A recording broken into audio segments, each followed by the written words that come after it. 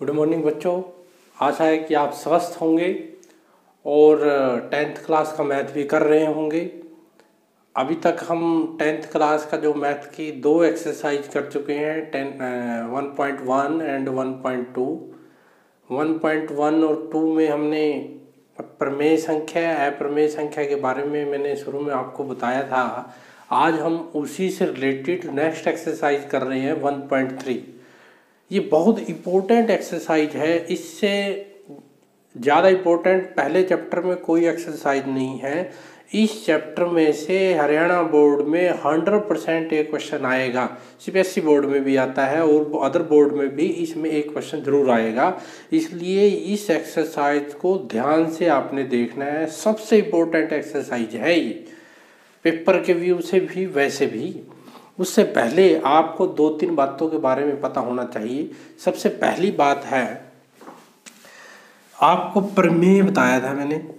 प्रमेय संख्या क्या होती है? प्रमेय संख्या जिसको हम a/b के रूप में या p/q के रूप में लिख सकें, उसे क्या बोलते हैं? प्रमेय संख्या बोलते हैं।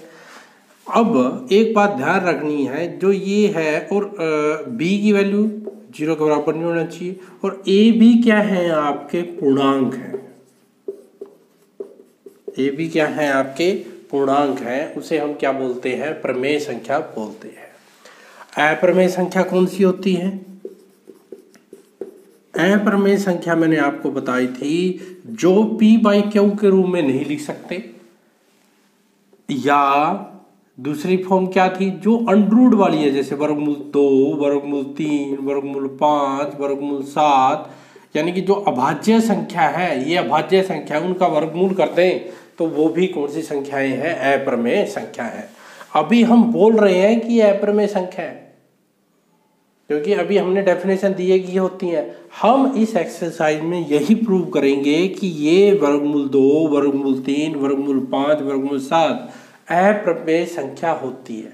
अभी तो मैंने सीधा बता दिया था आपको, क्योंकि ये p/q के फॉर्म को इसमें नहीं लिख सकते, इस वजह से ये प्रमेय नहीं है, अप्रमेय। कैसे अप्रमेय है वो हम इस एक्सरसाइज में करेंगे। तो प्रमेय आपको पता लग गया। यदि कोई संख्या प्रमेय है तो उसको a/b की फॉर्म में या p/q की फॉर्म में लिखेंगे। दूसरी बात, एक वर्ड आएगा सहअभाज्य, जिसको इंग्लिश में को प्राइम बोलते हैं। ये वर्ड को आपने ध्यान से समझना है, इसी के ऊपर इसका प्रूफ टिका हुआ है। यदि आपको सहअभाज्य के बारे में पता लग गया तो ये समझ लो आधी बात पूरी हो गई। सहअभाज्य क्या होता है?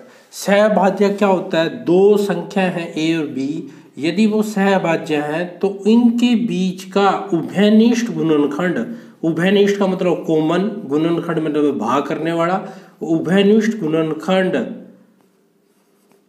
सिर्फ एक होगा। मतलब क्या कि इन दोनों को भाग करने वाला सिर्फ एक है, एक के अलावा और कोई नहीं है। जैसे कि 5 और 7 है, 5 और 7 को डिवाइड करने वाला कौन है? 1 ही है, और तो नहीं डिवाइड करते। तो ये दोनों संख्या कौन सी संख्या है? सहअभाज्य संख्या है। कौन सी संख्या है ये? आपकी सहअभाज्य संख्या है। ठीक है, और भी ले सकते हैं एग्जाम्पल, 3, 5, 2, 3, इनको भी एक भाग करेगा दोनों को। अब जैसे मान लो 2 और 4 है, अब 2 को कौन भाग कर रहा है? एक तो भाग कर ही रहा है, 2 भी भाग कर रहा है, डिवाइड 2 भी कर रहा है। तो मैंने कहा कि डिवाइड सिर्फ एक ही करना चाहिए और कोई नहीं भाग करना चाहिए उसको, तो उसे हम क्या बोलते हैं? सहअभाज्य संख्या बोलते हैं। ध्यान से पढ़ना, इसको भाग करने वाला सिर्फ कौन है? एक है। यदि एक के अलावा और कोई भाग करेगा तो वो सहअभाज्य नहीं है। जैसे कि 2 और 4 ये सहअभाज्य नहीं है, ये सहअभाज्य नहीं है। समझा गया? सहअभाज्य क्या होते हैं? जिनके बीच का उभयनिष्ठ गुणनखंड, उभयनिष्ठ का मतलब होता है कॉमन, मतलब जो दोनों को भाग करेगा, गुणनखंड सिर्फ क्या हो? एक हो, उसे क्या बोलते हैं? हम सहअभाज्य संख्या बोलते हैं। प्रमेय पता लग गया a/b के फॉर्म में। सहभाज्य जिनके बीच का गुणनखंड उभयनिष्ठ गुणनखंड एक हो, एक के अलावा कोई ना हो। अप्रमेय संख्या, अभी हम इसको प्रूव करेंगे। अब दूसरी बात, एक बात और करते हैं हम, वो क्या है, ध्यान से देखो, उसको भी उसका यूज करेंगे। एक्सरसाइज आगे बढ़ने से पहले इस बात को हम कर लेते हैं ताकि वहाँ यूज जब होगा तो आपको आसानी रहेगी। ये देखो, हम कहते हैं कि 6 को 3 विभाजित करता है या भाग करता है, विभाजित करता है। इसका मतलब क्या है? 6 को 3 विभाजित करता है या 3 से 6 विभाजित होता है, ऐसे भी लिख सकते हैं। यह भाग होता है 3 से 6 विभाजित होता है। इसका मतलब क्या है? इसका मतलब ये है, देखो ध्यान से देखो, 6 3 दूनी 6, यानी कि हम 6 को क्या लिख सकते हैं? 3 × 2। 6 3 से विभाजित होता है, 6 को 3 विभाजित करता है या 3 से 6 विभाजित होता है। इसका मतलब क्या है? इसका मतलब ये है कि हमें कोई ऐसी संख्या मिलेगी, हमें कोई ऐसा नंबर मिलेगा जिसको इस 3 से गुणा करने पर इसके बराबर लिख सकते हैं। और भी एग्जांपल ले सकते हैं, जैसे 14 है, 14 7 से डिवाइड होता है, तो 7 2 14, तो 14 को हम क्या लिख सकते हैं? 7 मल्टीप्लाई में यदि कोई डिवाइड होगा तो हमें एक नंबर मिलेगा कि नहीं? मिलेगा ना। यदि आपको कहा कि 14 7 से भाग होता है, इसका मतलब हमें एक नंबर मिलेगा। जैसे यहाँ पर नंबर क्या मिला? 2 मिला, कि 14 को हम 7 मल्टीप्लाई वो नंबर लिख सकें। यानी कि यदि आपको कोई कहे कि a को 3 विभाजित करता है, a को 3 विभाजित करता है, इसका मतलब क्या है? a को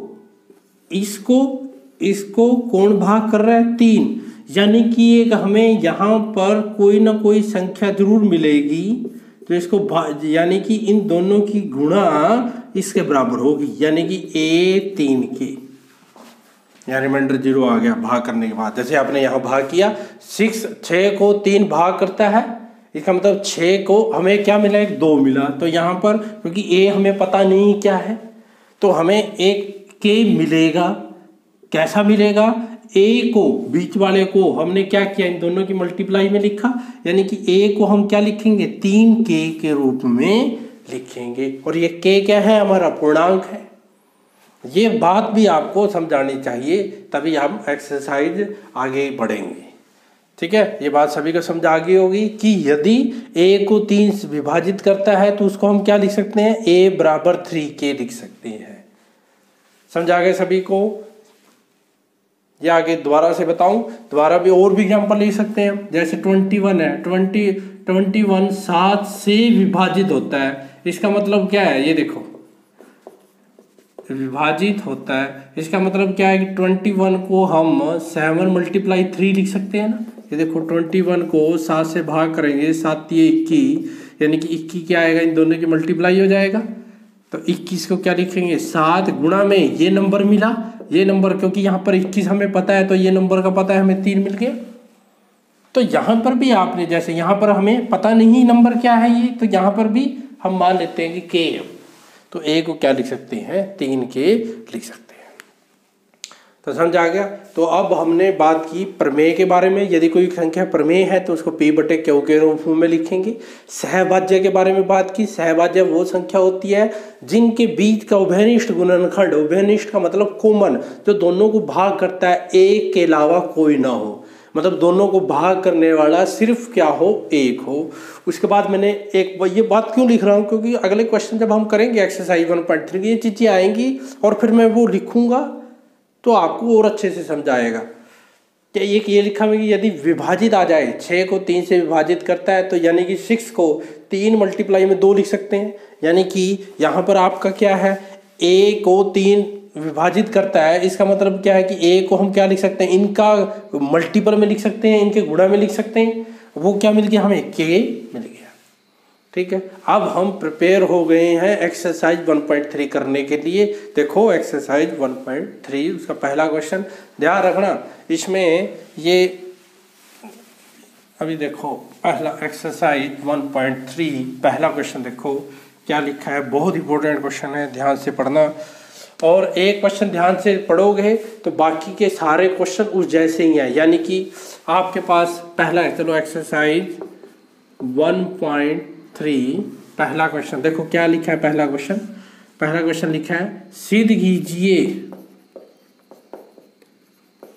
कीजिए वर्गमूल 5 एक अप्रमेय संख्या है। अभी तक तो हमें सीधा डेफिनेशन में बता देते थे, अब हमने इसको प्रूव करना है कि ये कौन सी संख्या है, अप्रमेय संख्या है। इसका हल देखें, हमने क्या प्रूव करना है कि ये अप्रमेय संख्या है। सिद्ध कीजिए अप्रमेय संख्या। अब देखो हम क्या करेंगे, इसे उल्टा मान के चलते हैं। प्रूव करने के दो मेथड होते हैं, एक सीधे तरीके से प्रूव करते हैं, एक उल्टे तरीके से। उल्टे का मतलब क्या है, हम मान ले, हमने प्रूव क्या करना है कि अप्रमेय है, हम मान लेते हैं कि ये कौन सी संख्या है, प्रमेय संख्या है। तो क्या करेंगे, माना वर्गमूल 5 एक परिमेय संख्या है। हम मान लेते हैं, उल्टा मान लिया, इससे अलग।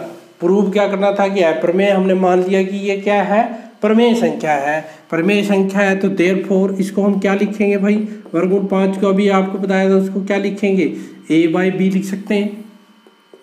मैंने a/b लिख दिया।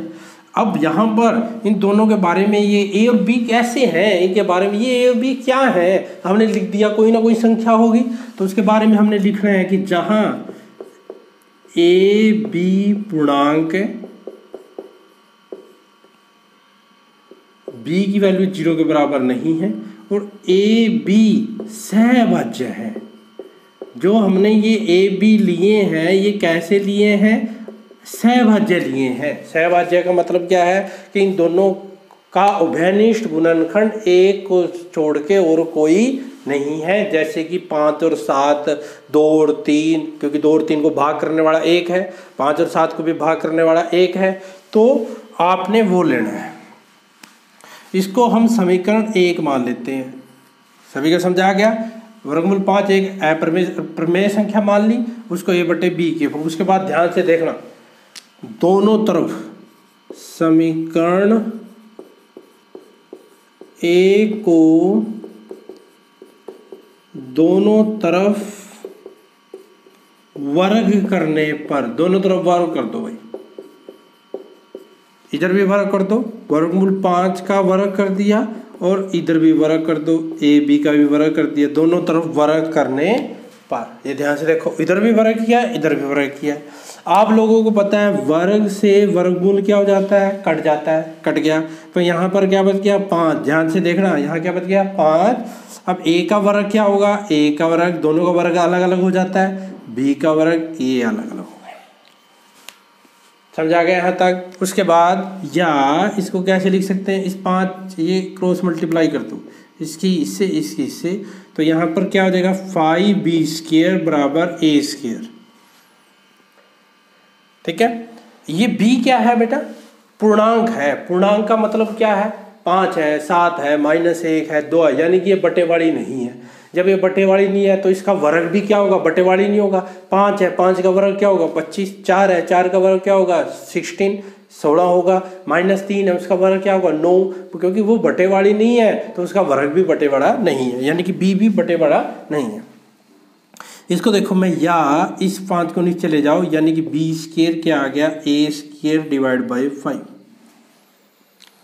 ठीक है। अब देखो a² को 5 से भाग, यहाँ देखो a² किससे भाग हो रहा है, 5 से भाग हो रहा है। a² 5 से भाग हो रहा है तो उत्तर क्या आ रहा है, b²। यही होता है ना भाई, जब आप भाग करते हैं, 21 को 7 से भाग किया तो उत्तर क्या आ गया, 3 आ गया। यदि ऐसे करते हैं हम, 48 को 6 से भाग करें तो 8 आएगा, या 14 को 6 से भाग करें, अब पूरा पूरा नहीं कटता तो 7/3 है, तो यहाँ पर क्या आएगा, 7/3 आएगा, 7/3 आएगा। लेकिन ये कब आएगा, जब वो पूरा पूरा नहीं कटेगा। लेकिन ये पूरा, ये क्या है, पूर्णांक नहीं है। यहाँ पर ये क्या है, पूर्णांक, यानी कि ए स्क्वायर 5 से क्या हो रहा है, विभाजित हो रहा है। इसके बाद हम क्या लिखेंगे, एक लाइन लिखेंगे इसके बाद, ए स्क्वायर कोमा 5 से विभाजित होता है, ए स्क्वायर 5 से विभाजित होता है यहां से, ठीक है। इससे क्या होगा, दिस इम्प्लाइज ए स्क्वायर 5 से विभाजित होता है। अब ये ध्यान रखना, जब क्योंकि ए और बी हमने सहभाज्य लिए हैं, सहभाज्य का मतलब 3 और 7 है, 2 और 3 है, ऐसे हैं। तो जब ए स्क्वायर 5 से विभाजित होता है तो यहाँ से हम ये भी लिख सकते हैं कि ए भी 5 से विभाजित होगा, ए भी 5 से विभाजित होगा, ठीक है। अब ए किससे विभाजित हो रहा है, 5 से विभाजित हो रहा है। हमें किया था, यदि 5 से विभाजित हो, मैंने किया था, ये देखो 21 7 से विभाजित हो रहा है, तो 21 को हम क्या लिखेंगे, 7 × 3 लिखेंगे। मतलब ये एक ऐसी संख्या मिलेगी जिससे विभाजित हो रहा है, उसकी गुणा में लिख के इसको लिख सकते हैं। तो यहाँ पर ए भी 5 से विभाजित होगा, तो देयरफॉर यहाँ से क्या होगा, ए को हम क्या लिखेंगे, 5c के बराबर लिखेंगे। जहां फिर c आ गया, c के बारे में बताना है, c एक पूर्णांक है, ठीक है, c एक पूर्णांक है। समझा गया। a को हमने क्या लिखा, 5c, पता लग गया 5c, क्योंकि a किससे भाग हो रहा है, 5 से, तो 5 से भाग हो रहा है, इसका मतलब a कैसा होगा, 5 होगा, 10 होगा, 5 का मल्टीपल होगा ना, ऐसे भी समझ सकते हैं आप भाई। यदि 5 से भाग होने वाले कौन से होंगे, 5 होगा, 10 होगा, 15 होगा, 20 होगा, 25, ये सारे किसकी गुणा में लिखे गए हैं, 5 के में। ये देखो, यदि 10 है, 10 को हम क्या लिखेंगे, 5 × 2 लिखेंगे। 15 है, 15 को क्या लिखेंगे, 5 × 3 लिखेंगे। 20 है, 20 को क्या लिखेंगे, 5 × 4 लिखेंगे। 100 है, 100 को क्या लिखेंगे, 5 × 20 लिखेंगे। यानी कि सारे ये 5 की गुणा में, और ये क्या आपको मिलेंगे, 2 मिलेगा, 3 मिलेगा, 4 मिलेगा या 20 मिलेगा।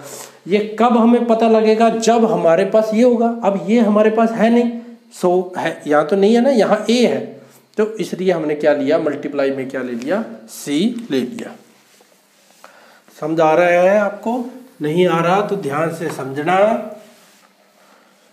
मैं क्या कह रहा हूं कि a 5 से विभाजित होता है, तो आपने क्या लिखना है, a बराबर 5c। अब क्या करो, जो ये आपका था, ये इसको पहला समीकरण मान लो, इसको ये जो है इसको पहला दूसरा समीकरण, क्योंकि पहला तो ये ले लिया था, ये दूसरा है। और ठीक है, इसको ना, इसको a मान लो, कैपिटल A, अभी बताता हूँ, इसको कैपिटल A मान लो, ठीक है। अब a का मान समीकरण 2 में रखने पर, समीकरण 2 में रख दो, a का मान समीकरण 2 में रखने पर, a का मान इसमें रख दो 2 में, तो क्या था, b² इक्वल a², a का मान कितना है, 5c का वर्ग डिवाइड बाई कितना है, 5, या इसको क्या लिख सकते हैं, b², 5 का वर्ग क्या आएगा, 25, c का वर्ग डिवाइड बाई 5, 5 से 5 कट गया, तो b² किसके बराबर आ गया, 5c², ठीक है। अब इसको भी ऐसे डिवाइड में ले जाओ, b² divide by 5 is equal to क्या हो जाएगा, c²। अब देखो b² किससे भाग हो रहा है, 5 से, b² किससे भाग हो रहा है, 5 से, तो यहाँ पर फिर हम लिखेंगे b² 5 से विभाजित होता है, 5 से विभाजित होता है, दिस इम्प्लाइज b भी, जब b² होता है तो b भी 5 से विभाजित होगा।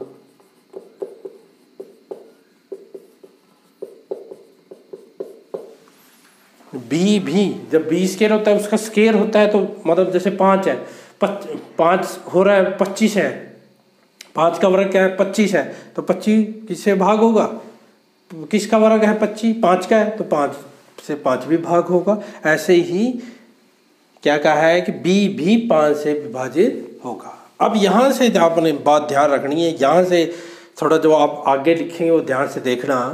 यहाँ ये क्या कह रहा है कि a 5 से विभाजित होता है, और ये भी क्या कह रहा है कि b भी 5 से विभाजित होगा।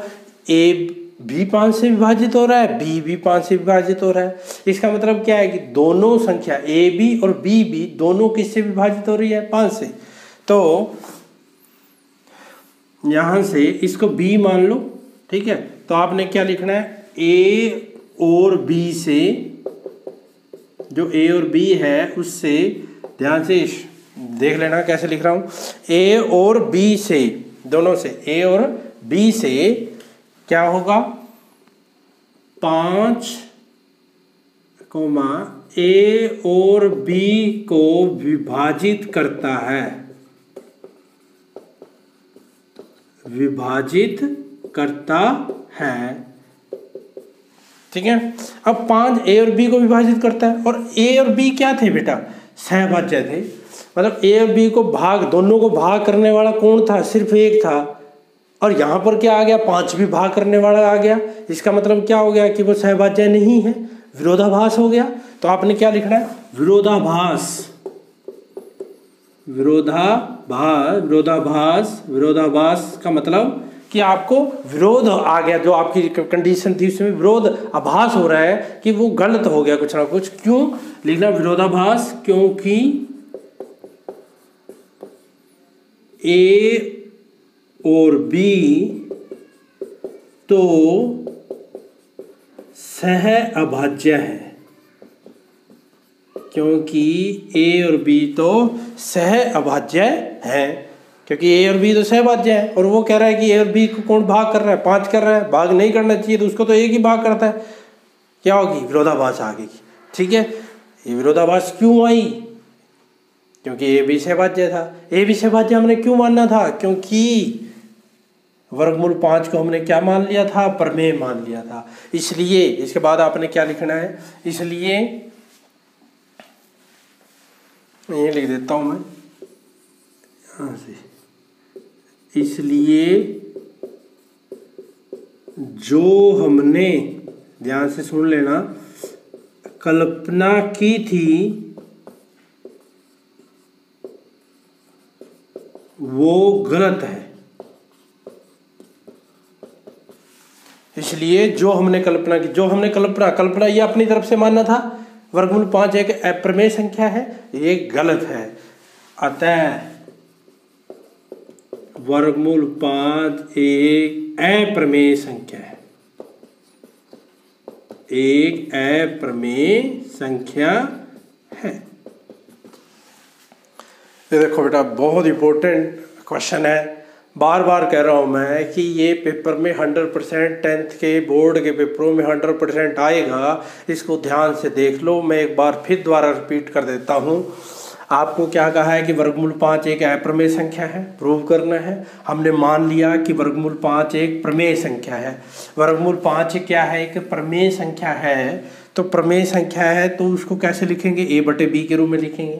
a और b के बारे में बताना है, क्योंकि ये पता नहीं हमें a और b क्या है, कौन संख्या क्या है। तो इसके बारे में मैंने क्या बताया कि a b पूर्णांक है और नीचे वाली चीज़ 0 के बराबर नहीं है। और एक जो a और b लिए मैंने सहभाज्य लिए हैं। सहभाज्य का मतलब मैंने बताया था पहले, सहभाज्य का मतलब कि इनको दोनों को भाग करने वाला सिर्फ एक है और नहीं है। फिर मैंने क्या किया, दोनों तरफ वर्ग करने पर वर्ग कर दिया, वर्ग से वर्गमूल कट गया, यहाँ 5 आ गया, a का वर्ग बटे b का वर्ग, फिर क्रॉस मल्टीप्लाई, 5 की b के वर्ग से मल्टीप्लाई बराबर a का वर्ग, ठीक है। फिर a का वर्ग, इस 5 को मैं नीचे ले गया, ठीक है। यहाँ क्या आएगा, b का वर्ग, इस 5 को नीचे ले गया तो a का वर्ग 5। यहाँ a का वर्ग किससे भाग हो रहा है, 5 से। तो मैंने क्या लिखा, a स्क्वायर 5 से विभाजित होता है। जब a स्क्वायर होगा तो विदाउट स्क्वायर यानी कि a भी 5 से विभाजित होगा। तो a 5 से विभाजित होगा यानी कि a कैसा होगा, 5 का मल्टीपल, यानी कि a को क्या लिखेंगे, 5c के बराबर लिखेंगे। c क्या है, पूर्णांक है। जब भी कोई नई चीज़ आएगी उसके बारे में बताना है। c क्या है, पूर्णांक है। फिर a का मान समीकरण 2 में रखने पर, ये समीकरण 2 में रख दिया, b स्क्वायर बराबर a स्क्वायर, a का वर्ग 5c स्क्वायर डिवाइड बाई 5, 5 का स्क्वायर 25, c का वर्ग 5, 5 से 5 25, 5c का वर्ग, b स्क्वायर ये 5 इधर मल्टीप्लाई में इधर डिवाइड में ले गया, तो यहाँ से भी जैसे इधर मैंने ए स्केयर 5 से विभाजित होता है, तो बी स्केयर भी किससे विभाजित होता है 5 से, तो बी भी किससे विभाजित होगा 5 से। तो यहाँ दोनों से, इसको मैंने ए मान लिया, इसको बी मान लिया, ए और बी से, इसके बाद यहाँ से है ए और बी से 5 ए और बी को विभाजित करता है, 5 दोनों को विभाजित करता है। विरोधाभास, क्योंकि ए और बी तो सहभाज्य है, ए बी तो सहभाज्य है, वो उसमें ए और बी सहभाज्य मान रखे हैं कि एक से छोड़ के कोई कर नहीं सकता। विरोधाभास हो गया, क्योंकि ए बी सहभाज्य है, इसलिए जो हमने कल्पना की थी वो गलत है। कल्पना क्या की थी कि वर्गमूल 5 एक प्रमेय संख्या है, तो गलत होगी। अतः वर्गमूल 5 एक अप्रमेय संख्या है। बहुत इंपॉर्टेंट सम है, इसको मैं बार बार इसलिए बता रहा हूँ कि इस जैसे ही आपके 2-3 क्वेश्चन हैं, यदि आपका यहाँ पर वर्गमूल 2 आ जाए, वर्गमूल 2, वर्गमूल 3, वर्गमूल 7 ये आ जाए, सारी संख्याएं वर्गमूल 2, वर्गमूल 3, वर्गमूल 5, वर्गमूल 7, वर्गमूल 5 हमने कर, ये सभी क्वेश्चन एक जैसे हैं। ये दोनों क्वेश्चन क्या है, ये तीनों, अरे ये चारों क्वेश्चन बिल्कुल एक जैसे हैं। बस क्या हो जाएगा, यहाँ 5 है, 5 की जगह क्या आ जाएगा 2 आ जाएगा, यहाँ पर सारी क्या आ जाएगा आपका 2 आ जाएगा, 7 आ जाएगा, 5 आ जाएगा। ठीक है, तो एक क्वेश्चन और कर लेते हैं चलो, ताकि और समझ आ जाए। हम एक क्वेश्चन और करते हैं। वर्गमूल 7 एक प्रमेय संख्या है, अप्रमेय संख्या है। देखते हैं वो कैसा होगा। देखो बिल्कुल सेम करूँगा मैं, देखना आप साथ साथ में करना, आपको और समझ आएगा। बिल्कुल सेम है, देखो ध्यान से, जल्दी जल्दी में करते हैं। अब की बार एक्सरसाइज 1.3 क्वेश्चन नंबर ये है नहीं, फिर भी मैं करता हूँ। वर्गमूल 7, ठीक है, एक्स्ट्रा क्वेश्चन है ये आपका। वर्गमूल 7 एक अप्रमेय संख्या है, सिद्ध करना है ये आपने, अप्रमेय संख्या है। ठीक है, सिद्ध कीजिए। तो क्या हल देखो इसका, माना वर्गमूल 7 एक परिमेय संख्या है। पहली बात परिमेय संख्या है। ठीक है, 2 पार्ट कर देते हैं, आधा उधर करेंगे। तो देयरफॉर वर्गमूल 7 को हम क्या लिखेंगे, a बटे b, फिर बताएंगे जहां a b पूर्णांक है, b 0 के बराबर नहीं है, a b सहभाज्य है। सहभाज्य के बारे में मैंने आपको बताया, जिनको इन दोनों को भाग करने वाला सिर्फ एक है, जैसे कि 2, 3, जैसे कि देखिए 2 और 3 है, 2 और 3 को भाग करने वाला कौन है, एक ही भाग करता है, इसको भी एक, इसको भी एक, दोनों को भाग करने वाला एक है ना, तो वो सहभाज्य है। फिर क्या, इसको समीकरण 1 मानना था। दोनों तरफ वर्ग करने पर, दोनों तरफ वर्ग कर दो, वर्ग करने पर, वर्ग करेंगे तो वर्गमूल 7 का वर्ग इधर हो जाएगा, a बटे b का वर्ग इधर हो जाएगा। ठीक है, वर्ग से वर्गमूल कट गया, तो यहाँ आ गया 7 a का वर्ग b का वर्ग। ठीक है, फिर क्या करेंगे, क्रॉस मल्टीप्लाई कर देंगे इसकी, तो क्रॉस मल्टीप्लाई करेंगे तो क्या आ जाएगा, 7b का वर्ग बराबर a का वर्ग हो जाएगा। यहाँ से क्या हो जाएगा, b का वर्ग, इसको नीचे ले जाएंगे, बिल्कुल सेम स्टेप कर रहे हैं जैसे वहाँ किया था। तो b का वर्ग बराबर क्या आ गया, a का वर्ग डिवाइड बाय 7। तो a स्क्वायर किससे विभाजित हो रहा है, 7 से, तो यहाँ लिखेंगे a स्क्वायर 7 से विभाजित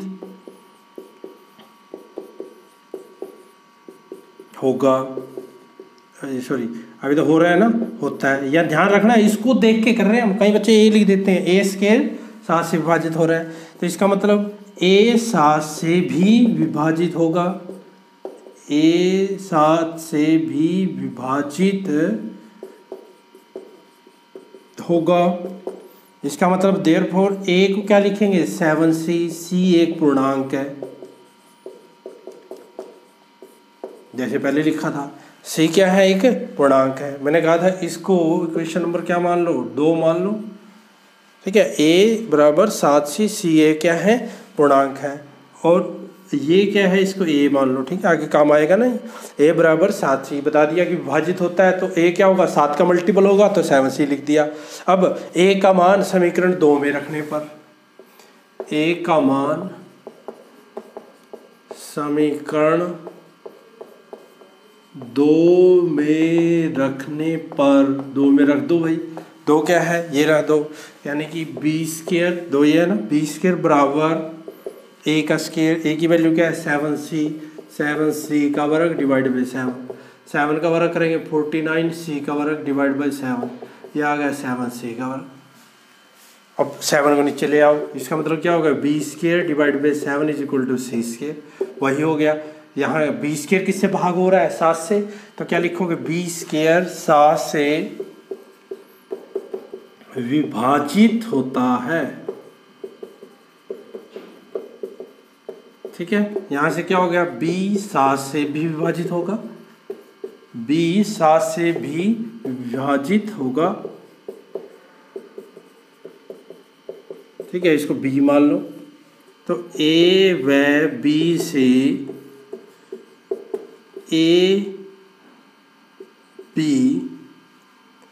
a और b या 7 a और b को विभाजित करता है, विभाजित करता है, 7 a को विभाजित कर रहा है, a और b दोनों को हो रहा है, विरोधाभास, क्योंकि ए और बी तो क्या है, सहभाज्य है, उसको एक को छोड़कर और कोई भाग ही नहीं कर सकता, तो विरोधाभास यहाँ लिखना है, विरोधाभास, क्योंकि ए बी तो सहभाज्य है, ठीक है। इसलिए जो हमने कल्पना की थी, जो हमने मान्य थी कल्पना की थी, वो गलत है, ठीक है। अतः हमने कल्पना क्या की थी कि वर्गमूल 2 एक प्रमेय संख्या है, अतः वर्गमूल 7 एक अप्रमेय संख्या है, अप्रमेय संख्या है। देखो कोई फर्क है, बिल्कुल वैसे का वैसे, ज्यों का त्यों सम है वर्गमूल 7, ऐसे ही वर्गमूल 2, ऐसे ही वर्गमूल 3, और वर्गमूल 6 भी आ सकता है, वर्गमूल 6 भी अप्रमेय संख्या है, ठीक है। ये सारे क्वेश्चन क्या है, एक जैसे है। समझ आ गया आपको, ये मैंने आपको दूसरी बार करके दिखा दिया। अब हम इसे नेक्स्ट सम करते हैं। नेक्स्ट सम देखो बिल्कुल आसान है, जल्दी से देखो। नेक्स्ट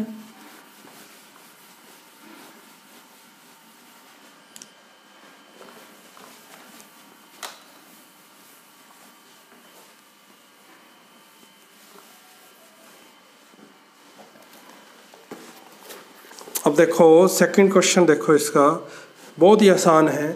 सेकंड क्वेश्चन क्या है, सिद्ध कीजिए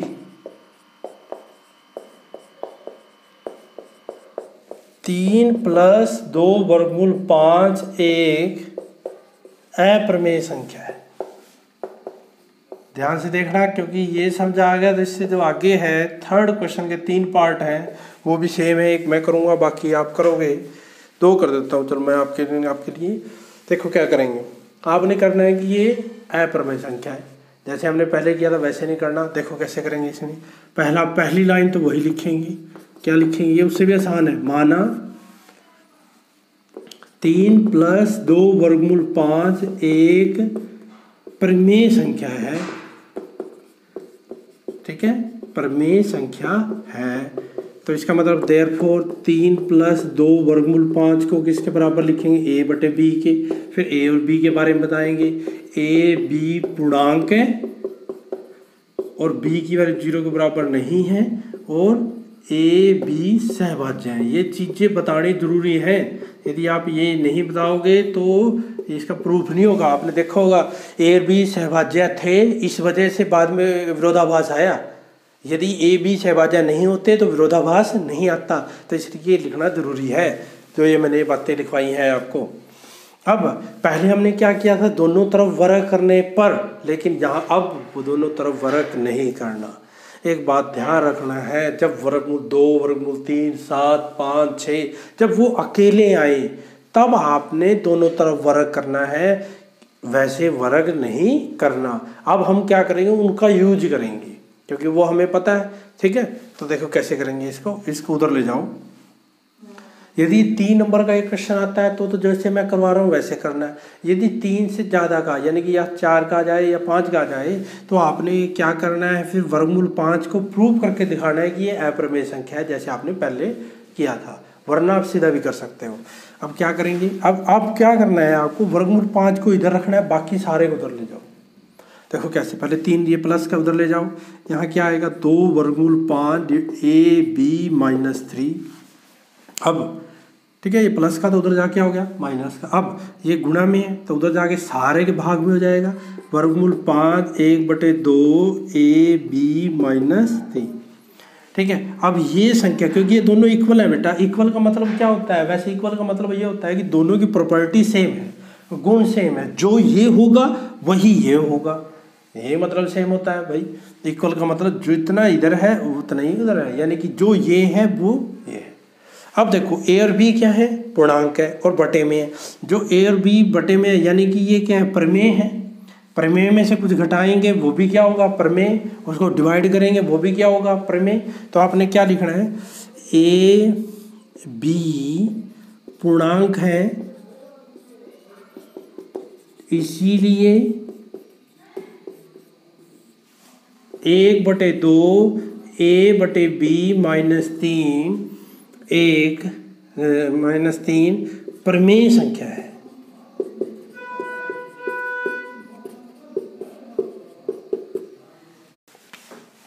तो ए बी क्या है, पूर्णांक है, इसलिए 1/2 AB-3 प्रमेय संख्या है।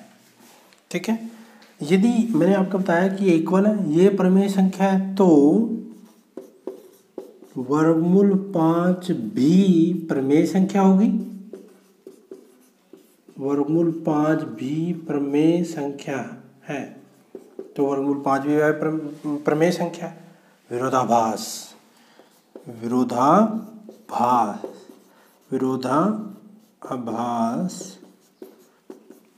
क्यों, क्योंकि ये रीजन देना है, क्योंकि वर्गमूल 5 तो अप्रमेय संख्या है, अप्रमेय संख्या है, बस इसमें ज़्यादा नहीं करना, अप्रमेय संख्या है। समझ गए भाई, ये प्रमेय है तो ये भी क्या है, प्रमेय है। विरोधाभास, क्योंकि ये तो प्रमेय है ही नहीं, ये तो वर्गमूल 5 तो हमने प्रूव की थी है प्रमेय, इसलिए जो हमने इसके बाद क्या लिखेंगे, इसलिए जो हमने कल्पना की थी वो गलत है, इसका देर आता है 3 + 2 वर्गमूल 5 एक अप्रमेय संख्या है, अप्रमेय संख्या है। समझ गए, अप्रमेय संख्या है, सिंपल। क्या करना है, A/B, इधर वर्गमूल वाला रखना है, बाकी को इधर। ए बी पूर्णांक है, ये प्रमेय है, तो ये भी क्या होगा, प्रमेय, लेकिन ये तो अप्रमेय है। विरोधाभास, जो हमने कल्पना की थी वो गलत है। इसका अगर नेक्स्ट पार्ट भी हम करते हैं, बिल्कुल आसान है। थर्ड पार्ट देखो, थर्ड पार्ट बिल्कुल आसान है, ऐसे ही करना है। देखो पहला, सिद्ध कीजिए निम्नलिखित संख्याएं अप्रमेय हैं। देखो तीसरा क्वेश्चन का फर्स्ट पार्ट 1/2 को करना है। ठीक है, क्या करना है, सिद्ध करना है अपने अप्रमेय संख्या, ये सिद्ध करना है अप्रमेय संख्या है। तो क्या लिखेंगे, पहला हल देखो इसका, ये प्रूफ माना, सिंपल वही 1/2 1/2 एक प्रमेय संख्या है।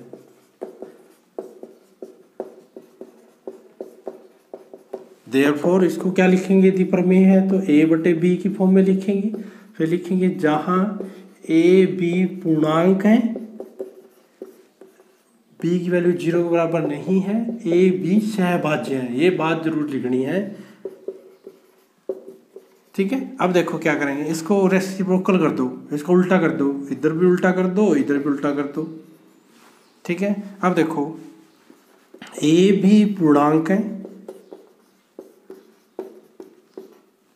इसलिए क्या होगा, a भी पूर्णांक है इसलिए इधर वाली चीज b बटे a क्या होगी, प्रमेय होगी। a b बटे a प्रमेय संख्या है। कौन सी संख्या है, प्रमेय संख्या है। अब b बटे तो वर्गमूल 2 भी प्रमेय संख्या होगी, प्रमेय संख्या होगी, परंतु ये विरोधाभास आ गया। विरोधाभास क्यों आया, क्योंकि तो क्या लिखोगे, विरोधाभास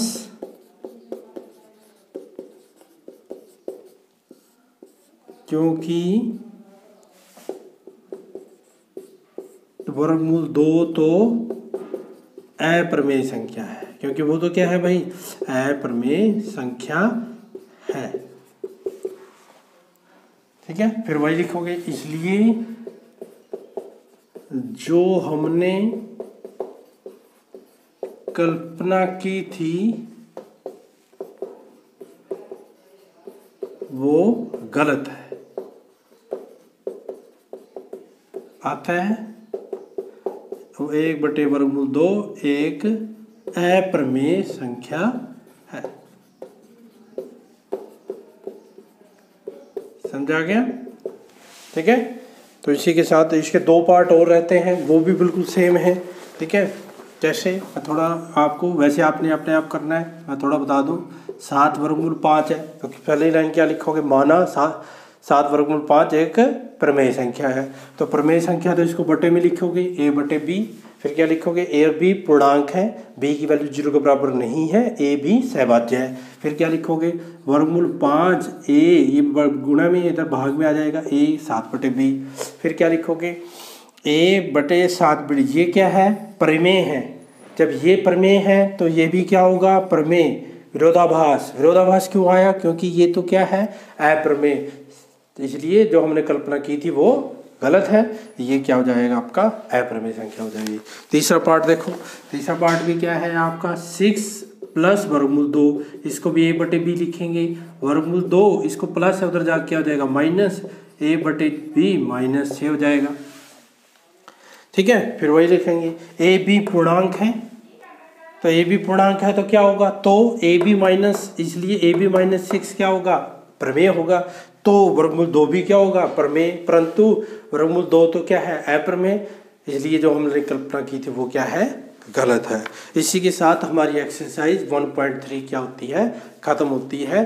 हम नेक्स्ट वीडियो में एक्सरसाइज 1.4 के बारे में बात करेंगे। आपको फिर बता दूं कि ये एक्सरसाइज बहुत इंपॉर्टेंट है, इसको ध्यान से करना है, ये पेपर में ज़रूर आएगी, इसका सम ज़रूर आएगा पेपर में। और यदि आपको कुछ समझ ना आए तो कमेंट बॉक्स में ज़रूर डालिएगा। Thank you.